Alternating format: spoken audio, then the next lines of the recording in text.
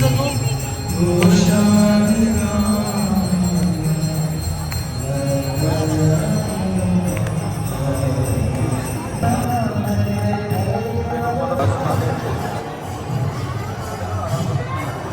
हो राधा रानी की जय।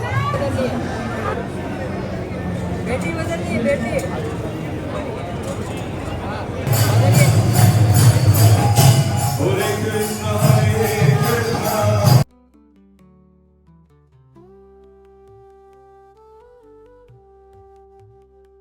রাধেশ্যাম সবাইকে ঝুলনযাত্রা সমাপ্তি শুভেচ্ছা রইল। আর আজকে হলো বলরাম জয়ন্তী, রাখি পূর্ণিমা। আজকে অখিল ব্রহ্মাণ্ডের মালিক ভগবান বলরামজির আবির্ভাব তিথি। তো আজকের দিনে বৃন্দাবন ধামের খুব সুন্দর দর্শন আপনাদের করানোর প্রয়াস করব। তো সঙ্গে থাকুন। আর যারা এখনও চ্যানেল সাবস্ক্রাইব করেনি সাবস্ক্রাইব করে বেল আইকন অন করে রাখেন। রাধেশ্যাম।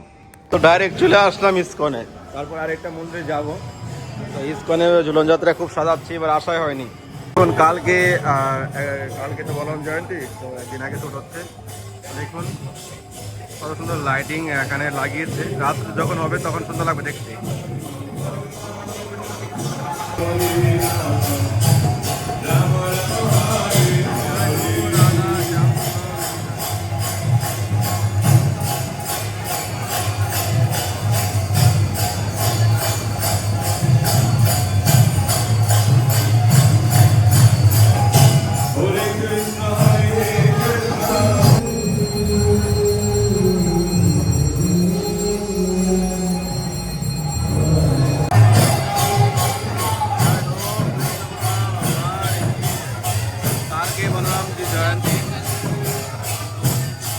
কালকে খুব সুন্দর সাজাবে এখানে।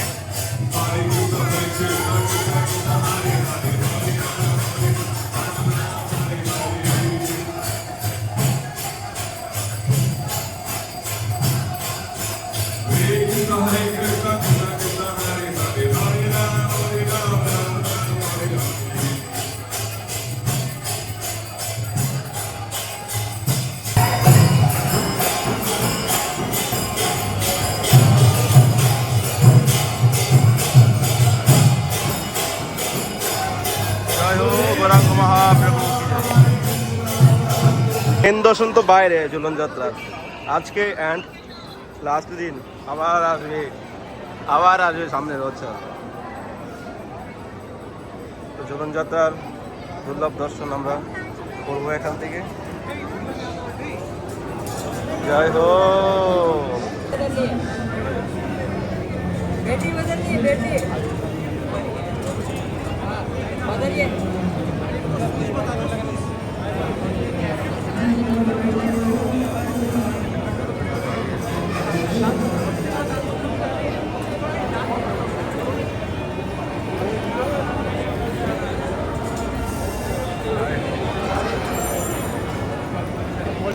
মন্দিরে এখন ভোগ লাগবে।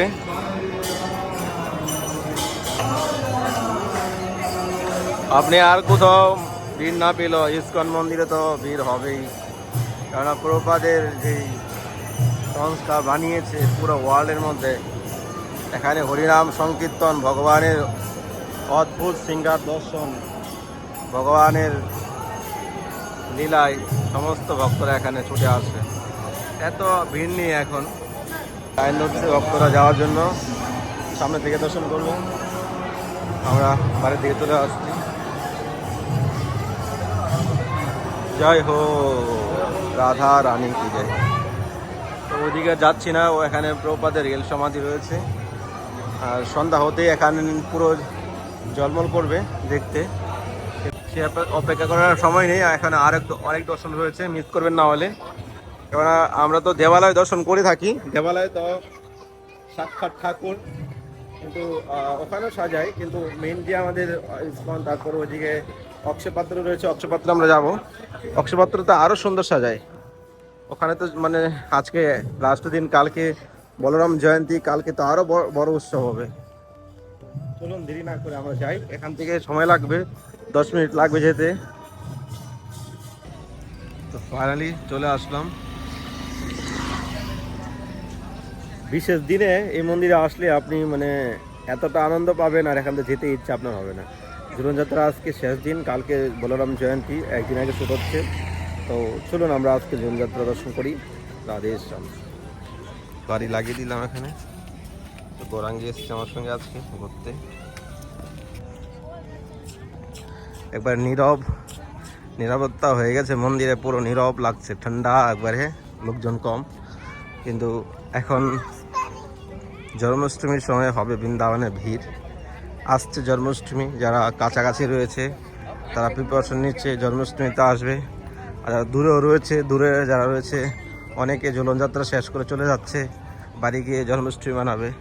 সরি, আজকে হ্যাঁ 28 তারিখে ভিডিওটা পাবেন, একদিন আগে শ্যুট হচ্ছে 27 তারিখে, ঠিকই আছে। তো জন্মাষ্টমী উপলক্ষে আমাদের অনেক বড় প্রিপারেশন নিচ্ছি। তো আমরা অনেক সেবা টেবা হবে আমাদের, রাধা মন্দিরের ফুল বাংলা ড্রেস, 56 গোকুল থেকে ফোন এসছে, গোকুল ও সেবা পাঠাতে হবে।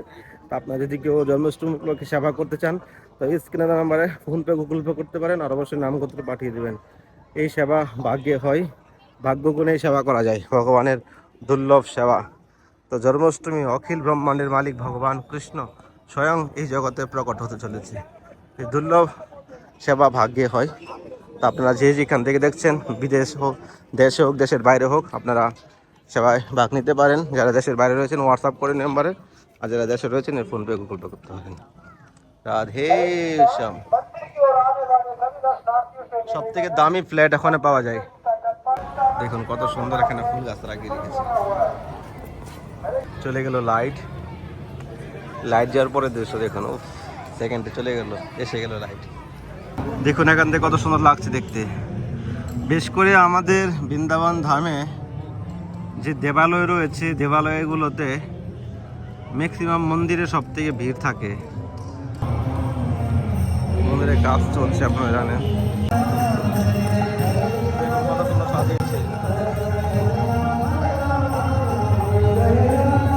ভালো একটা সুন্দর সময় এসেছি।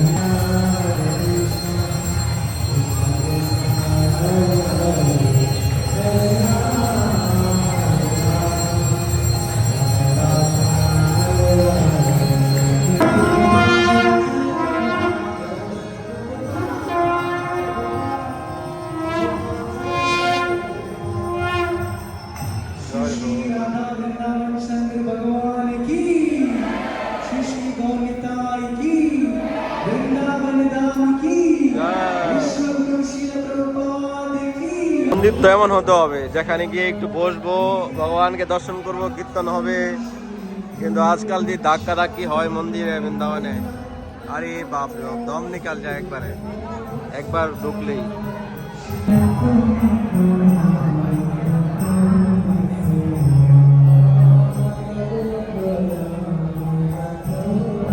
পূর্ণিমা আর আজকে দেখুন কত সুন্দর চাঁদ উঠেছে।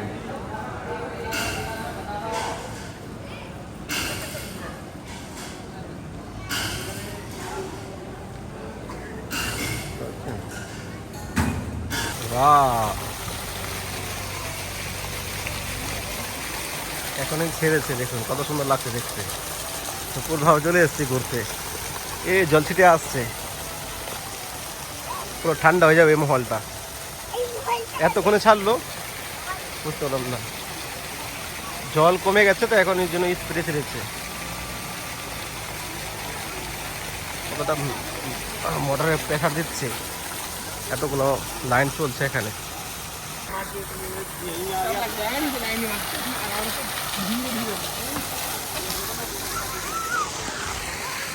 রাধে শ্যাম। তো আমরা রাখি কেন বাঁধি? আমাদের মনের মধ্যে হয়তো প্রশ্ন, অনেকে আমরা জানি না রাখি কেন আমরা বাঁধি।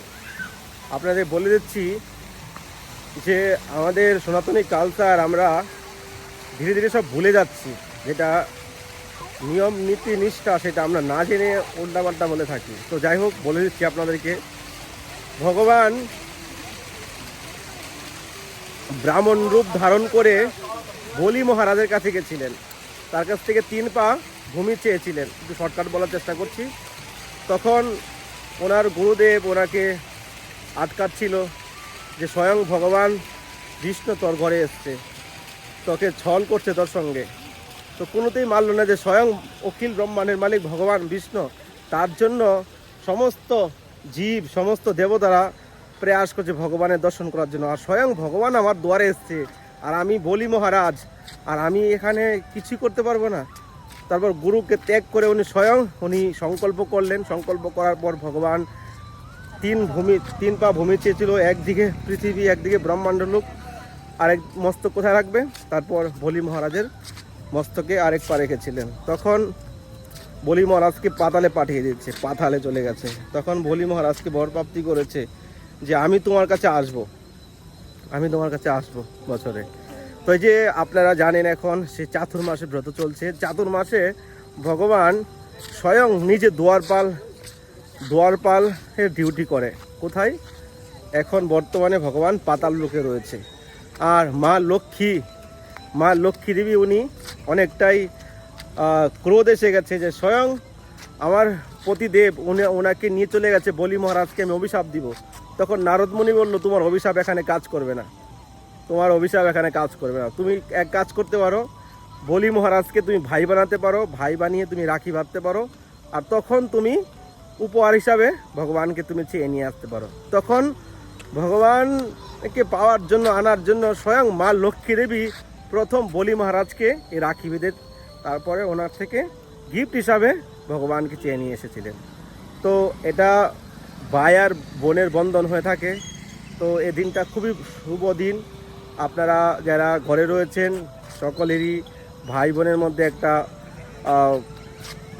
বন্ধন, এবং আমাদের জীবনে এটা আমাদের সনাতনী কালচার, এটা না জেনে আমরা অনেকে অনেক কিছু বলে থাকি। তো স্বয়ং মা লক্ষ্মী দেবী বলি মহারাজকে ভাই বানিয়েছিলেন। তো আপনারাও আপনার ভাইকে রাখি বাঁধতে পারেন, যারা ছোট তাদের কাছ থেকে আশীর্বাদ নিতে পারেন। যদি ভাই বড় থাকে ভাইয়ের কাছ থেকে আশীর্বাদ দিবেন, যদি বোন বড় থাকে তো বোনের কাছ থেকে আশীর্বাদ গিফট চেয়ে নিতে পারেন। তো এটা হলো আজকের এই মহিমা। আর অনেক বড় হিস্ট্রি রয়েছে, শর্টকাটে বলার চেষ্টা করেছি। রাধে শ্যাম। আর আজকে হলো বলরাম জয়ন্তী। ভগবান অখিল ব্রহ্মাণ্ডের মালিক ভগবান বলরাম, যেই কৃষ্ণ সেই বলরাম, ভগবান স্বয়ং বলরাম এই পৃথিবী এই ব্রহ্মাণ্ড ওনার মস্তকের উপরে ধারণ করে আছে। বলরামকে বলা হয়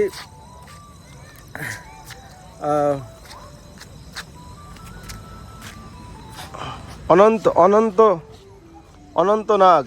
স্বয়ং ভগবান বলরাম ওনার মস্তকের উপরে উনি এই পৃথিবীকে ধারণ করে রেখেছেন। তো প্রত্যেকটা সনাতনীদের আজকের দিনে ব্রত পালন করা উচিত। তো যারা গৌরীয় বৈষ্ণব তারাই মেনলি ব্রতটা পালন করে। তো আমরা কালকে ব্রত পালন করছি।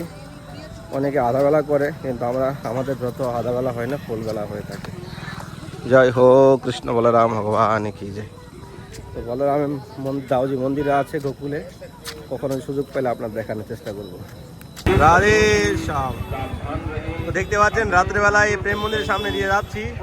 তো অদ্ভুত একটা দৃশ্য দেখতে পাচ্ছি, আর ভিড়ও সেরকম নেই, মোটামুটি ভিড় আছে। জন্মাষ্টমীতে ভিড় হবে, এখন জন্মাষ্টমীর জন্য সবাই অপেক্ষা রয়েছে। কত সুন্দর লাগছে আপনাদেরকে, মানে জল থেকে শরৎ পেয়ে গেলেন। উপরে এখন লাইটিং হচ্ছে না, নিচে নিচে লাইটিং হচ্ছে মন্দিরে।